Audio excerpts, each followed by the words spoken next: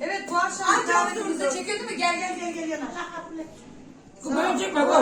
Bu Gürcü fasulyesi, bu turşu, bu da yoğurdumuz.